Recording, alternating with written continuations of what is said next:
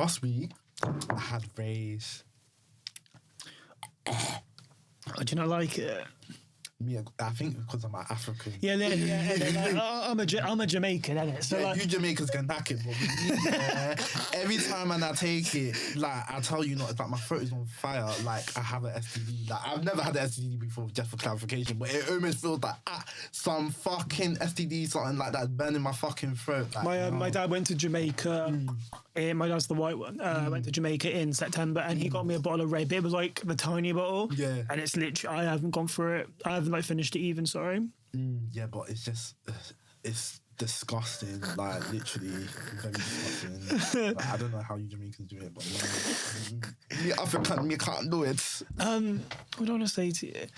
Do you know what I find? Really, really annoying? When you're like on a bus or a train and someone comes and sits next to you and there's plenty of fucking space. So I was coming back from here last week. It was about 7, half 6, 7. There's bare spaces. Loads of spaces, left, right, front and behind, loads. And this like 40-something-year-old man just like looks at me, starts yawning and sits next to me. I was like, oh, for fuck's sake. Like, you know, like when you just want to like fully like stretch and relax and like, but yeah, nah. No, what a weirdo. Was he right? That's got nothing to do with it, but yes, it was what. You know, I just like to build more of a picture of the person. Yeah. That's why. So then like I had to pretend that I was getting off, hoping that he would move, and he did, to be fair. I was, oh, sorry, mate. And he kept on falling asleep on me. You ever had that? Where like literally someone's falling asleep on you? No, I would not have that. Did he smell as well? Do you know what? I'm like very amused. It could have been like your next sugar daddy, low key. Yeah, maybe. I haven't had one before, to be fair. What a bomb. Oh my days, English is not English in today. But what sort of sugar daddy will be on the bus anyway? So. Well, train. Trains are expensive. Oh, he was on the train. Train, yeah. Oh, wow. Yeah, that's weird. Are you for sugar daddies? Would you have one? Me personally, I like to make my own money, get my own grind. But to be fair, it wouldn't hurt having one. It's just that I don't want to do anything else rather than just like accompany him socially, not sexually. But yeah, because I'm a good type of vibe for a night out type of thing, so I don't mind doing that as like a little party goer with you. Yeah, so I wouldn't mind, but nothing sexual, because there's no way in hell I'm scooping that down low. But for the girls who do it, as long as you get your money, then yeah, I respect that. But me personally, I can't do that. I'm sorry. So there's an app called Seeking Arrangement. I haven't used it. I'm just thing is I'm not really like you know, some people are like really good at like naturally flirting and all that. That's not me. That's not me at all. I just like, I'm so like embarrassing. If I'm like trying to make moves on someone, they like, because I'm like, I guess when I fancy someone, I like hesitate a lot and I like stutter. So if I'm talking to someone, I'm trying to move to them, everyone's just kind of like, oh, what the hell's wrong with him? Like, why does he sound dysfunctional? What's wrong? Wait, imagine me, I'm like someone you want to move to, like paint, like how would you act? Like, okay, hypothetically. Yeah. Okay, yo. Yo. Is that, are you acting as if you... Yeah. Hey. Hey. What's good? I'm good. What about you? Yeah, I'm cool. Okay, I'm gonna... Yeah. No, do you know what? To be honest with you, if I see someone I fancy, I'm really awkward. Like I don't know, I don't have it in me. I'm a really good matchmaker. I could find someone for you. I could find someone for my mum. I could find someone for my fucking gran. I could find someone for my brother. But I cannot find someone for myself. I don't know what it is. I think it's the pressure of doing it for yourself. Yeah, like, definitely. I feel like you kind of get, like, you can kind of get confidence gassing up your people. But like when it's like me trying to gas up me, I'm just like, nah. That's why I think, like I said before, I think that's why like I find comfort in apps sometimes, because it's very much like, I can kind of build something before meeting in person. But in an ideal world where I have more confidence, I would be for linking up and then talking to them people in person. But I'm just awkward, to be honest with you. I mean, it doesn't necessarily have to be from that way. Like, you can genuinely form relationships. Sorry, no, yeah, bad wording. That's what I mean. Yeah. See, this is it's not to say that I totally am against dating apps, because have you ever? Oh, okay, yeah. Yeah, I've used dating apps before, and I formed like genuine connections. You want me to repeat again? No, it's fine. Oh, yeah, like I said, I used dating apps before. Oh no, you don't have to lean into it. Just near it. I've used dating apps before, and I formed some genuine connections from those dating apps, but more so like a friendship type of vibe. But I feel like the ones where I wanted something more, it just didn't come out right. Yeah. In comparison to those where I formed more of a genuine type of better connection with someone that I've known in real life as a friend. So it just comparing that, I feel like it's better when you meet people in real life, because there's nothing that's forced in a way that I feel like from dating apps where you sort of expected to have those same expectations with that other person. And I feel like a lot of the time, because of that, things end up feeling more rushed, and because of that, in a way, they don't really work out as well, because it's like you haven't really gotten to know that person on a type of friendship level, which is a good foundational basis for genuine connections. So in a way, I feel like a lot of the time, sociologically. English is not English in today. That's what I can say. Please, I'm Jamaican before anything else. Sociological. Oh my god, what is the fucking word? Sociological. I wanted to say sociologicalist Aaron. Yeah. Yeah. Sociologist. Thank you. Oh, carry on. Yeah, carry on. Sorry. Yeah. Fucking rum, man. So yeah, basically, yeah, I just feel like genuine connections from a friendship is more. I even lost what I was trying to say. Basically, you're off the run now. But basically, I feel like genuine connections form better when you initially start as friends from in real life. Agreed. In comparison Agreed. to those you know from dating apps. Do you know what though? Funny fact. Two of my closest male friends. Sorry, not male. Two of my closest friends I actually met through Grindr. Nothing ever happened. I had this one friend who was they were my course mate, and I remember they had it was a blank profile, but they were like in really close radius because they lived in the same accommodation as me at uni. And I remember but I was really intrigued by them. Like I didn't. Scary. That's scary. But they were even like I know you, we're in the same course. And I'm there like preying all the boys throughout my lectures thinking, who the hell are you? All I know is that they were all right, innit? Eh? They were all right. Yeah. apart from one and myself, but yeah, and now we're literally like besties, like my favourite person ever. But obviously I was never going to meet. Do you know what scares me? People that meet fucking blank Grindr profiles. Yeah, they just want to lose it out like no tomorrow in a second. So I've got a friend who, are they going to mind me saying this? Okay. I might ask them before I put this out. I've got a friend who had a threesome, knew one of the faces, and I'm going to reword that. I had a friend who had interaction with two people, two men, right? And one of them had a mask on. There's like some people, a lot of like OnlyFans videos with like guys wearing belly. Yeah, but that's different though because surely those people all know what each other look like. They've just got a mask for the camera. My friend didn't know what this person looked like. Right? They're taking downloads way too seriously then. Yeah, like I feel like thing is, right, I feel like there's two different types. I was saying this to my friend. I think there's down low and then there's discreet, right? So I think down low is when you're completely in denial. There's no like you know the guys that like want to like do bits but they won't kiss. I think that's down low. And I think discreet is when like you are aware and you are conscious of what you are and what you like. However, you're not public about it, which I can kind of understand because I know a lot of my queer friends aren't very publicly affectionate and all of that. But yeah, I think there's a real clear difference. I think there's like being like not out to people, but like when you're with your people or your person even, you're very affectionate and very hands-on and all of that. And then you have the ones that are very much like they just want to pull it in and that's that and nothing else. You know? Yeah. Question.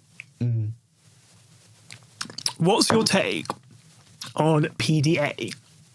For me personally, it's something that I'm not really comfortable with. It's just in the sense that it's in general, but like regardless whether you're straight or gay, it's just like I don't need to see that type of thing. Like, do you remember? Just kind of makes me feel kind of like, guys can just get a fucking room, to be honest. Like, do you remember when we were coming back last time? Yeah, and those like youths were proper lipsing at each other on the fucking train. I'm just like, oh my days, bro. He like pinned her up against the emergency door. Do you not remember? And I thought, sure, you. I mean, like euphoria type of thing. Like, what the hell? Oh nah. It could never be me. Listen, when it is just me and you behind closed doors, I'm going to be a freak, yeah? I'll do whatever you want. We'll do whatever, whenever, right? Nah, get me lit behind the doors. That's what I'm going to do. However, in public, please keep it to a minimum. Yeah. I don't want to see it.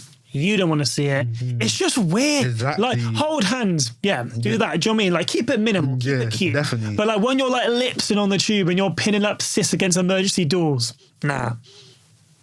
Let's rewind. The kids of today. That was something. Anyway. I want to move on the conversation. So basically, I'm seeing a lot of stuff at the moment about, I don't know how to word it. Maybe I feel like there's like a particular type of like standard and like beauty and image for like queer men. Mm-hmm. Because a lot of stuff I'm seeing at the moment is how, I don't know if I feel like our For You pages are very different. Yeah, mine's just ghetto Tottenham crackheads. Yeah, mine's just like pop culture, like Jhené Aiko. But I think, so a lot of things I'm seeing at the moment is a lot of slander towards Sam Smith. Like a lot. I don't know if you're familiar with Sam Smith. Yeah, I know Azia Banks recently called him out, but I forgot like the specific. She's very problematic, Azia Banks, isn't she? Are you a fan of her? I love of her music, that's for sure. But in terms of like her opinions and stuff, I don't really fucks with it. I mean, a lot of the time she has points, but then again, she contradicts herself, so it doesn't really do her justice. Yeah. Okay, so like Sam Smith has like recently, off the top of my head, noticeably put on a fair bit of weight, but like not even like I wouldn't even say like a beast, just like a dad body amount of weight, and the way in which they dress is quite provocative. Yeah, provocative. Is that right? Yeah. Which has obviously drawn a lot of criticism. So they've done quite a lot of performances recently where like they've been promoting their new music and all that, and obviously wearing particular costumes and dresses and whatnot, which has obviously got a lot of criticism. And a lot of people have been very much like, oh, you can't dress like that, that's wrong, bring back the old Sam Smith, because obviously the old Sam Smith was more I guess well suited to what us queers like the look of, maybe. Personally, like like I've said this before, I'll date whatever and whoever, like I'm not gonna like dick on someone because they're not like the particular standard. And I think we have this very specific way in which queer people should look like. I kind of find that interesting though, because I know in like the LGBT community, like a lot of the men love to dress up provocative. Not like there's nothing wrong with it, just in like specific settings, like Pride when there's children there. I feel like they do need to take that into more consideration more. But I feel like in general, I feel like we're just known to be more carefree and like less judgmental. So it's kind of interesting in a way where I guess he's getting attacked for like being like more abrasive on how they want to present themselves. But at the same time, I guess because Sam Smith is not like the specific body type, in a way, it kind of makes it, because oh my days, I even lost my train of thought. It kind of makes it more Sam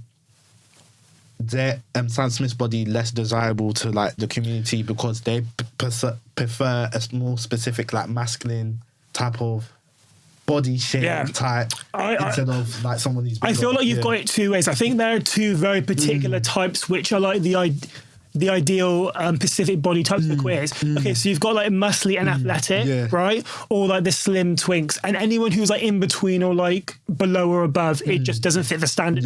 I think and I think what makes it even worse with Sam Smith, a lot of this criticism is being drawn from the queer community itself, which makes it even worse. And I think the queer community, the LGBT community, is such a marginalised group of people. I find it very weird and very backwards for people to then be criticised in the way in which Sam Smith chooses to behave and display themselves. Because anyone who knows Sam Smith or anyone who's familiar with the things they've done or the interviews they've had recently, they have stated multiple times, this is the happiest I've ever been. And if the happiest you've ever been is when you're a bit bigger and you're showing some Crocs and a skirt and whatnot, go off. Who cares? I think like we've gotten to a point where like I just think we just care too much. We're so like good at vocalizing how we feel on things that just don't affect us.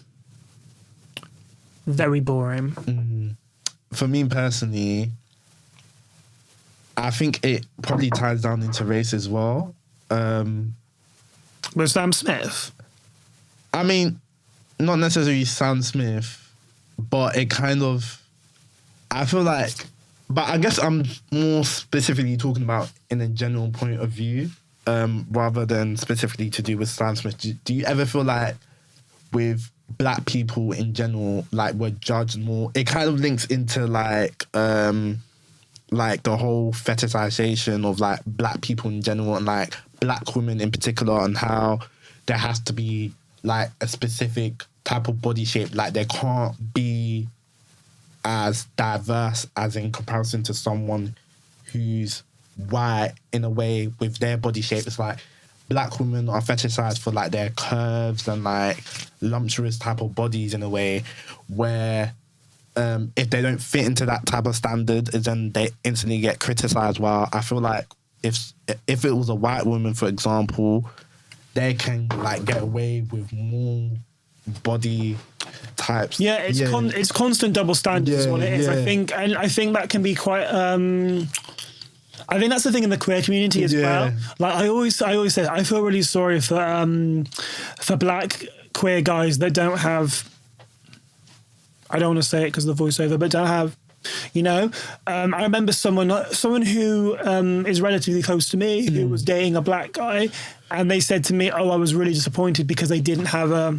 Oh yeah, I get what you mean. Yeah, that's another point as well. I just feel like when you include race into it, it like shapes like the body standards differently, specifically to do with the LGBT community as well. Yeah, I feel like us black men, we're expected to be more of like the dominant, aggressive type of sexual beast in a way, and because of that, we're expected to have all these body parts that complement with that stereotype. No, agreed. Yeah. So that's a problem within itself, because when you find someone who doesn't fit into that standard, it's just like you're a bit thrown back and you're a bit disappointed, and it's just like it shouldn't have to be that type but of. But if we didn't have these expectations in the first place, it wouldn't be an issue. Yeah, there would not be an issue. So this is another reason for why I tend to just want to date people within my own races, because I just don't want to be subjected to that type of element of like fetishization. I was talking to a good friend about this last week. He's Pakistani. So I was saying about, I'm not going to go into it again because I don't think my For You page can take it. Anyway, I was talking to a really good friend of mine who's Pakistani, and we were talking about preferences. And I said to him, I was like, do you know what though? So a preference. And then he said to me, he was like, Jord, I don't think it's a preference. I was like, okay, what would you call it then? He was like, I think it's protection. So, okay, that's an interesting way of wording it. I guess that can contribute to it, but that's not the only factor. Overall, but it's an element that can be applied to it. Yeah. Okay, we need to line it up slightly. I feel like the race talk is a bit. Chin chin. I'm cutting you off now. Want some more? LOL. No. Say it again in your blacklist. I'm dead. There you go. Thank you. I think less might taste nicer with more juice instead. Is that all right? Yeah, that's it. Thank you. Do you not want some juice as well? You're a I'm fine. Okay, cool. So we're going to play a segment. This is newish. I'm still trialing it out. I'm trying to think of new segments. But do you know what the issue is, right? I find that, like, a lot of the things I'll come up with an idea and I'm like, oh, this is really cool. This is really unique. And then, like, I'll watch one of my favourite podcasts and I'll be like, oh, they've done that. Oh, damn it. Like, I feel like it's really hard to find, like, unique, fresh ideas. So if anyone's watching this and they have unique, fresh ideas, bell me. Okay, so we're going to play a segment called Side to Side. So basically the way this works is, so I'm going to give you 5 things, right? Like 5 sets of options. You pick one or the other and you give me the reason and I'll just give the same back. Right? Really easy. Gives us a bit of flavour. So, side to side. Skin fades or cornrows? Did I pronounce? Yeah. Well, cornrows, obviously. So, okay. So if I could grow my hair out and it could look as good as yours, I would say cornrows. However, at this current moment in time, I'm not in a position where I can grow hair to look as good as yours. So, did you ever used to have hair like mine, like skin fade hair? Yeah. Were you ever like into that? I had like every bait black boy. No, there is. I had the mohawk, I had the high top, I had the skin fade, I had the waves, and now I'm on to cornrows. But yeah, I think skin fades are so like 2015. Aaron, you're killing me here. Cornrows are obviously the trend now. It's all right to afford yourself to look homeless for a couple of months as well. Like, the outcome is worth it. Like, at the end of the day. Oh, you mean growing your hair out? Yeah, growing your hair out is worth it. Because, yeah, you'll be able to get cornrows. Like, fuck the skin phase, man. Like, no. Okay, well, I'm gonna say I do like cornrows. However, like I'm just scared to look homeless, to be honest. No, who cares? For a couple of months, and then it'll be worth it when you'll be able to braid it. Do you know what though? So my issue is, right, every time I go to a barber, people always say to me my hair is really difficult to look at to braid. No, not braid. It's not been big. It hasn't been big enough for a long time for it to be braided. But whenever I go to a barber, people always say to me, "You've got such thick hair, like it's really hard to like." So like, part of me thinks if I grow it out, they're gonna find it like twice as difficult. I mean, my hair is thick as well. It just like your black features really came out then. But that shouldn't be a problem. If that's the case, then they're not cultured with black people in it. So, okay. Yeah. I'm gonna say skin fade for now, but to be confirmed. I mean, and it's like you can even get cornrows and a skin fade at the same time, if that makes sense. Like a temp fade with cornrows. So it sort of gives you the best of both worlds, if anything. Like I said, it's all right to look homeless for a few months anyway, because the outcome at the end will be worth it. But yeah, and another point is that you might not always have your hair forever, so it's just best to like... I've got an amazing hairline, I'm gonna be all right. Yeah, but this is in general, because I read the statistics saying that 50% of men, by the time that they reach 50, they will have balding. So you might as well just explore through different hairstyles, otherwise you never know. You'd look cool being bald, I reckon. Me, but you've got nice facial features. Yeah. You know, right, do you know what I think is a massive thing, right? Yeah. I think it is so mad how fit some people look purely because of hair. Because you know those guys whose their faces aren't all that, but they've got a really good set of hair, so it like evens out, you know? Yeah. But you've got like a nice face, so I think you'd be all right if you were bald.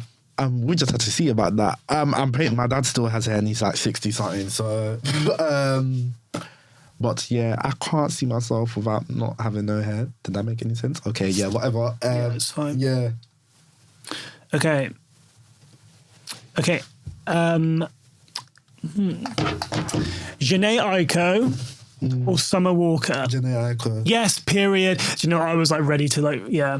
Yeah, I've been listening to Janae since like 16. She's my sister. Literally. I remember when From Time came out. From Time, my shit. And that's like how I found her. Oh, I've discovered her earlier. Really? Like, you know Sailing Souls? Is it the one where she's posing in front of like the ocean, like the wave? Yeah, I've known her since time, like 14. Like listening to Higher. Is it Higher? Yeah. Yeah.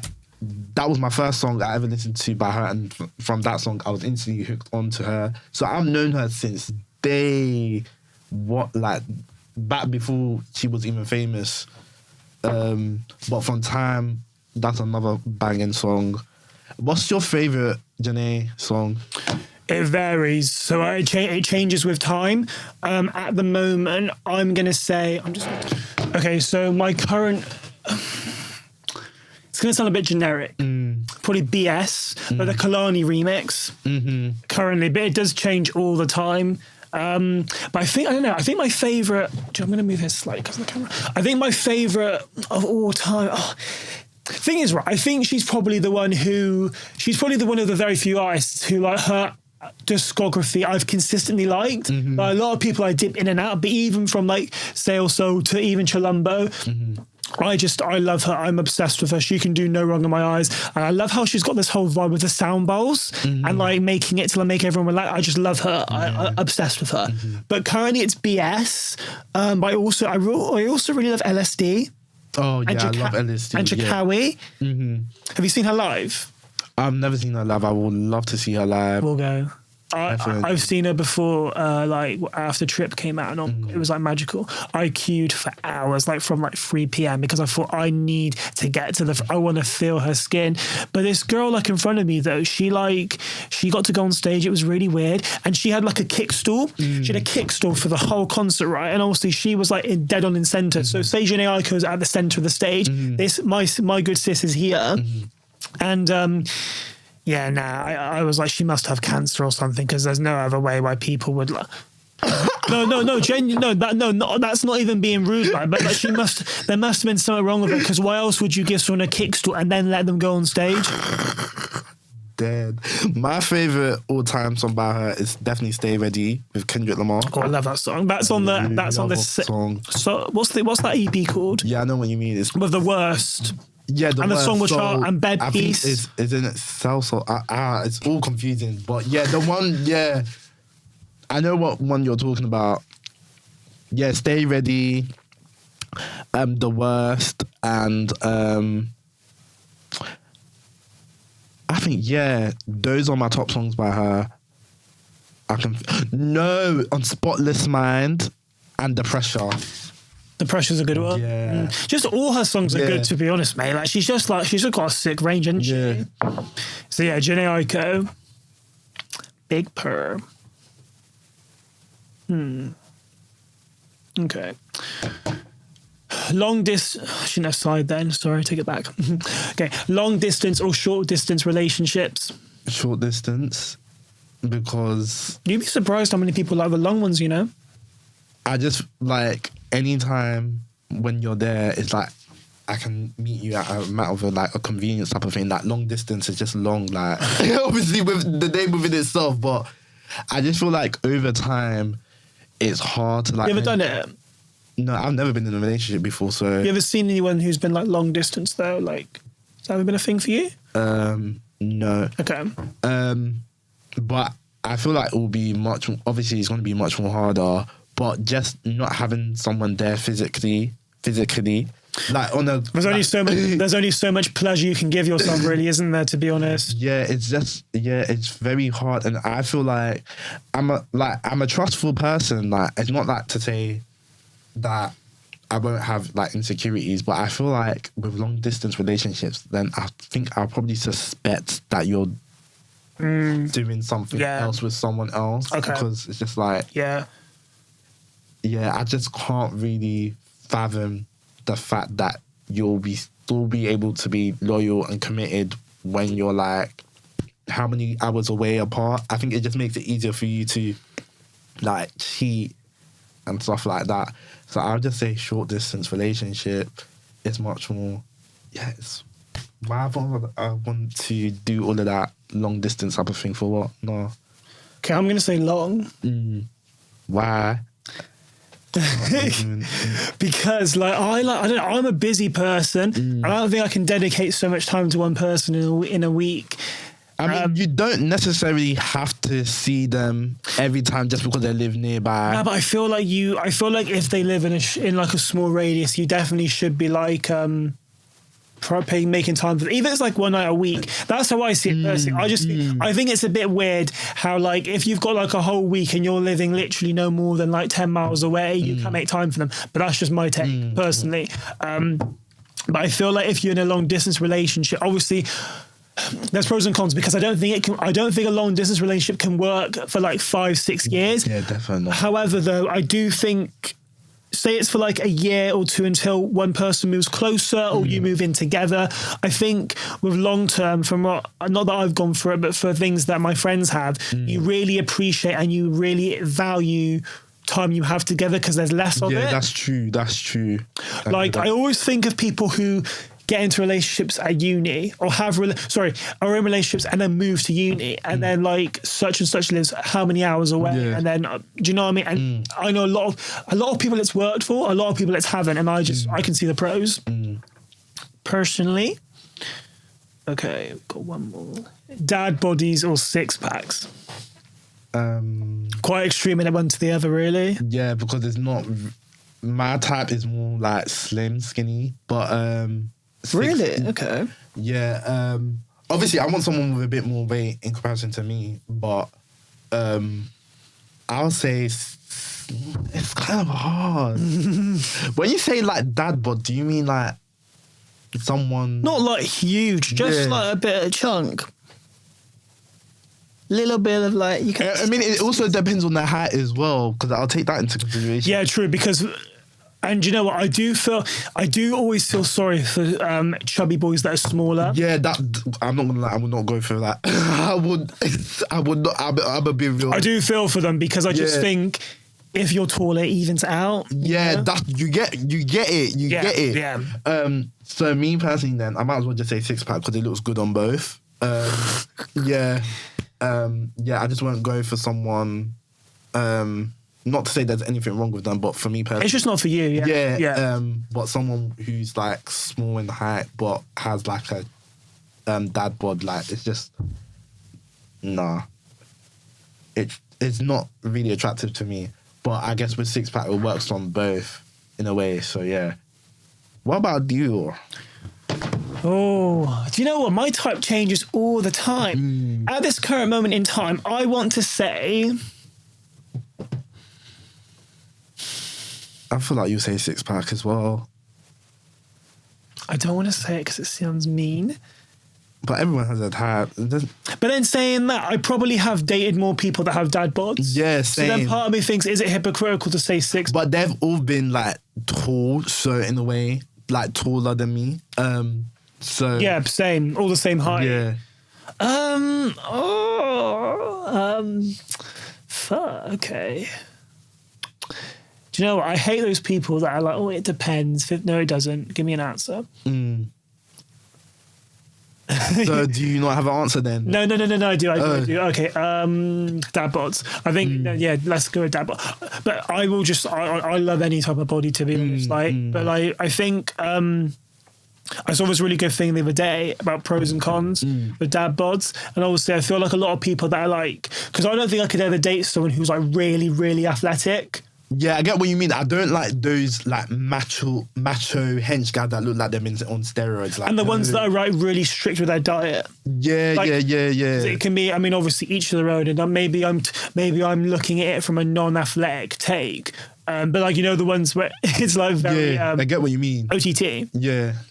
So yeah, let's go with dad bods. Yeah, but if I didn't have to choose, obviously I like someone who's like slim, muscular. Like it doesn't look like they bang out gym 24/7, but like you can still see that they go gym in a way. Like you can still see their abs, but it's not overly defined.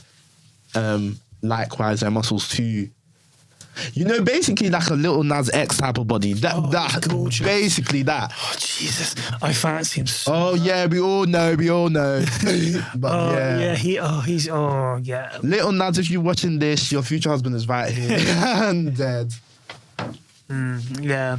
Okay, so basically, about a week or so ago, there's been a girl called Julia Festina, who is claiming to be Madeline McCann. She's based in Poland. She became suspicious when her grandmother made some comments, and then apparently she's got some similarities, like the dispute in her eye, a freckle here, such and such. So she made an Instagram account which was like named I am Madeline McCann or something like that, and then has got now in touch with locals. And I feel like she just wants the money. You know how many bare white girls that look like Madeline McCann? Like, it's nothing. Like, let's be real. Madeline McCann is probably living her best life with Tupac and Biggie. I'm gonna be real. Or she's just a random Portuguese NPC at this point, because it's just like, what? Like, I know she just wants the money. I'm gonna be real. Thing is, right, you say that, but like, I don't know. I think she could really, really think she is, because the thing is, right, when it comes down to it, there's going to be a DNA test, and if you're saying she wants all this money, that money's going to go by then, or it's not going to be given. It's not going to be given until the DNA test is confirmed. But they're still waiting on the DNA test. Well, this is the thing, because this is the thing which I didn't really get, because someone said on TikTok the other day, they were like, I think it was a mother actually, and she was like, realistically, if your child has been missing for what, like 15, 16 years, right, realistically, and there's a glimmer of hope that she's however many miles, countries away, and you haven't got on the first plane to go see if it's your kid, something's not adding up, because it's right, it's true. Yeah, so because they haven't publicly commented on it, the parents. But to be fair, they can't really win. I feel like no matter what they say or do, they're always going to be suspected. So I can appreciate why they haven't said anything publicly. Whether they've had like a private conversation with the girl or not. I think one of the issues is you can't really compare what this girl looks like now compared to what she supposedly looks like when she was 5. People change a lot. She was blonde hair, is going to be darker. I think the eye thing is very unique. But in all honesty, I don't know. I really don't know. Like I just said, she's probably living her best life. I know with Queen Lizzie too. But yeah, me personally, I just think she's probably dead, or there's a lot of debates. I think like people say English is not English in today, or people have said because her is dispute the right word? I dispute, or like dispute. Yeah, people have said because it's so unique, she would have had to have been killed quite soon after, because it would have been quite apparent who she is. However, this is one thing, because I just can't figure out, this is one thing that I think. I find it very hard to believe, and I find it very hard to understand that this girl, right, is probably this case probably has the most money put into it ever for someone going missing. So I find it very difficult to understand and to try and get to grips with the fact how nothing has ever been found. Like, do you know what I mean? I just feel like if she is dead, surely, because they've had people in all areas of the world looking for her, how has nothing been found at all? I just feel like they're just in it for the money. Like the parents, like, I don't know. Like, I believe in those conspiracies where they're literally just there to like just teeth off people's money, and we still haven't found her. But let this be a black child or any other child from like another racial type of group other than white, no one would give a shit about. So like, why are we giving a shit about? Oh, well, no, it's understandable she's lost, but it's been so far, so long now. Let's put our attention more so of the children from like ethnic minorities now. This is my thing as well. That's my another problem as well. Like, why is this country putting so much effort on a child who's been missing for like more than 50 years? This is the thing. I think nothing's been found. So what? Oh my God, this is going to get me pissed off now. But why the fuck are we still investing into this case? Like so much money, like 10 million. So much fucking money for my fucking tax, that I'm putting into this fucking case. Like, what? Still nothing but fuck all is found. So this girl's been missing since I was like fucking 9, and you mean to tell me almost at the age of 25, I mean almost at the age of fucking 30, that there's still nothing? Like, what the hell? At this point, I wouldn't even be surprised that they will still be focusing on the case when I'm fucking 70. Like, what? Oh my days. Nah, this shit got me pissed off now. Like, nah.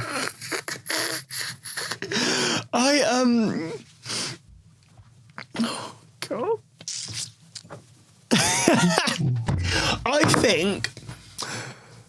just think it's really annoying because, like you said, there are so many kids that have gone missing in the last 6 months and they've got nowhere near as much media coverage. I appreciate that she's someone's kid and she's missing and it's important. But what is it about her that makes us... Because she's white. She's white from a middle-class family. That's why all these lot are giving a fuck about her. Back slowly. Oh, my gosh. Yeah, like I was saying, because she's white, blue-eyed, blonde little girl. Of course, she's the perfect, victim for the media to try and, forecast out to everyone that, we should pay more attention to finding Madeline McCann. But as I was saying, let this be a black little girl, black little boy, an Asian child, or whoever who's not white, who doesn't fit into that type of ideal victim profile. These lot, they will not give a shit about them. And you mean to tell me it's been more than 15 years? I'm almost fucking 30 and these lot are still giving a shit about this case. I feel sorry for the parents but that's another thing as well. Why the fuck would you leave your child in a fucking in a foreign country? Bit dumb. Yeah. Literally, that's another thing that pissed me off. So, if anything, why are we still placing a lot of attention onto this case where the parents even had some accountability that they needed to take as well? People do argue that was actually a sign of neglect in itself, actually leaving your kids alone and honestly, why the fuck would I think we're going to move on. Yeah, it's getting me pissed off now. Oh, my days. Okay, so let's talk about You. As in the series, not Netflix, not You. Okay, season 4. What are you saying? I think it took me a couple of rewatches for me to actually get engaged, but for the most part, I think towards the end, it definitely got better. It got better. It got better. But in comparison to other seasons, I feel like this was not really. Well, I want to say. Oh, sorry. Go on. Yeah, in comparison to other seasons, I feel like this wasn't. It didn't really reach the height for me in comparison to season 1 and season 2. But I feel like the next part will definitely be worth the wait. Okay, so they've made a mistake killing Love. If she's dead, they've made a big mistake killing Love. Because the thing is, right, Joe's a very interesting character. I'm not gonna lie, he's sort of not to say that I'm a killer or anything, but there's some characteristic that sort of remind me of myself as well. When I'm more obsessive though, not necessarily. No, I'm not obsessed, but there's just some specific people I can sort of use my way to find out more about them, going social media and type of stuff. So it sort of reminds me a bit in that type of aspect. Yeah. And I feel like I'm very good when it comes to reading people's energy and vibes, the same way Joe has himself talking about analysing someone. Yeah. And I feel like I really like the narration part. Where he'll be like, I would have killed for you, Marion. Yeah, definitely. I would kill for you, Kate. I'm I think he's low-key sexy. Yeah, he's good looking for a white lad. And that's what I was saying. Yeah, definitely. It's the facial hair as well. Yeah, the facial hair gives him more the appeal. But he, I just feel like he'll never be content. Do you get? I genuinely don't think I'll ever be happy because there was what was that girl called in the first season? He was obsessed with Becky. Yeah, Beck. Yeah, thank Beck. you. Yeah. So he was obsessed with Beck. Yeah. Then it was Love. Then it was Marianne, and now it's Kate. There's a theory that actually Kate's working with that. Oh God, what's the guy called that locked her up? The British guy. Well, which one? So the guy that locked him in the cellar room. Yeah, the British guy. Oh God, I forgot his name. Yeah. So the guy that locked him. Yeah, the guy that locked Joe in the cellar. There's a theory that him and Kate are working together. Yeah, that sort of makes sense because how did she know that they were there? Very true. But I think I think season 4's alright. I think it's good. I think it definitely got better as time went on. Yeah. There's a lot of things that just don't make sense. I don't understand how Joe's getting away with it so much. It just doesn't make sense to me. I'm just thinking, how can someone have so much my first question was, how is he actually travelling without a passport? That was my first thing. In the first episode. No, but before then, because even then he went to Paris, remember? Yeah. How did he get to and from? So that I didn't really get. But again, like I was saying, within, I think it was the first episode, he was speaking to that guy about like changing his like identity. So maybe he'd done the same thing when he went to France. But I'm trying to think of what else happened. There was just a lot of weird kinks, and then what else? I'm trying to tell you what I think is really interesting. Can I say this? I think it's really interesting how Americans perceive us British people. Because if you watch You, everyone talks really posh. Yeah, that was another thing that pissed me the fuck off. It's just like, oh my gosh, it's like, why didn't you show like the hood top boy type of side as well of London? Like it was just very stereotypical, like posh. But I don't know anyone from London. That's even my like posher friends, bougier friends. Even they don't talk like that. Yeah, it was just very like, of course. It was very much like you don't have British people on your team, literally, on the production, literally. But I think, okay, let's predict. Okay, I think Love's Alive. Because did you watch? Have you seen the trailer? I didn't watch the trailer for Okay, so there's a trailer and like Love's like sat in a chair. Some people think she's alive. Some people think Joe's hallucinating. But I think she's alive. We never actually saw her die. Yeah. I am like 80% certain that Love is alive. And I think Love is going to finish off the job which she meant to start at the end of season 3. That's my prediction. I reckon. Same and I thing. think season 4 will end with Joe dead. Personally. You think that would be the end of You then? No, but You's ending next. I didn't know. Yeah, it's ending. He can't keep going to countries like preying on Gal. Yeah. He can't keep doing it. So I reckon, I think it will end with Love keeling. I think it will end with Love killing Joe, and that'll be the end. Yeah, that's very it's like what's the term? Not vicious circle, but it's like a cycle. Cycle, yeah, thank you, cycle. So yeah, that's what I'm saying. Yeah, I definitely agree with you in those respects as well. Because I just feel like they can't just keep on going on with like Joe preying on a new type of girl. Do you know what? I feel like a lot Netflix series in particular, they don't know when to stop.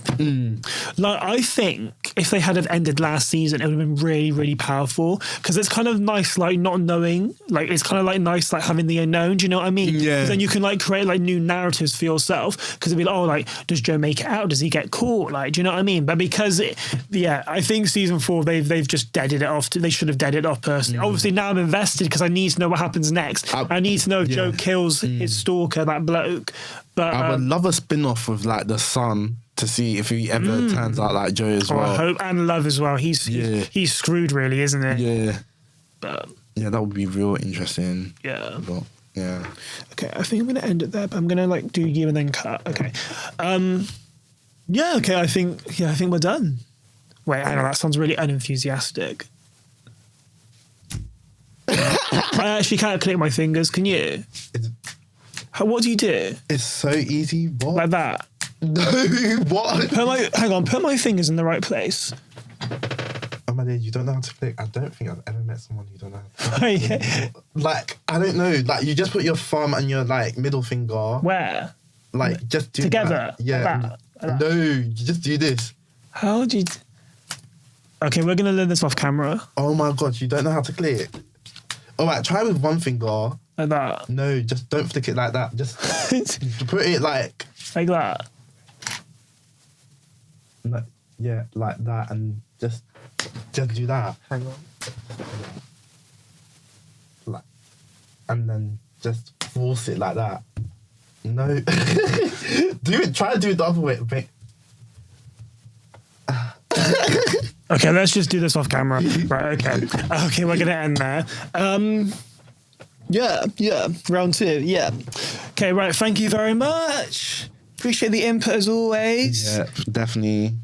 At some moments, I went a bit like, you get what I mean. Okay, cool. Thank you. So what are the socials? Where can we find you, please? It's Aaron, No, it's Aaron LDN on Twitter. On Instagram, it's Aaron XOVO. Used to be a huge Drake fan. And plus I was born in October. And then on TikTok, it's Aaron's TikTok, literally. I don't have to spell that out for you. If you don't know, then you're just bad at English. Yeah. Cool. Right. Okay. We're gonna bounce. Okay. Right. Okay. I need, yeah. Oh my days, it's so easy. Yeah, no, because we'll be here all day. Right, okay. Thank you, everyone. Please like, share, comment, and subscribe. Well, my numbers are going up, so let's go. We're going to chill next week. I've been doing, do you know, this is the first one I've done 3 weeks in a row. I'm so proud of myself, but I need a timeout now. Yeah, definitely. Let's not lose it. Right, okay, cool. So we'll be back week after next, I guess. Yeah. In March, Mazur. I don't know how to roll my R's. I'm learning Italian, fun fact. Is it? Yeah. Say I love you. I haven't been that far as of yet. Okay, right. Right, okay. In a bit.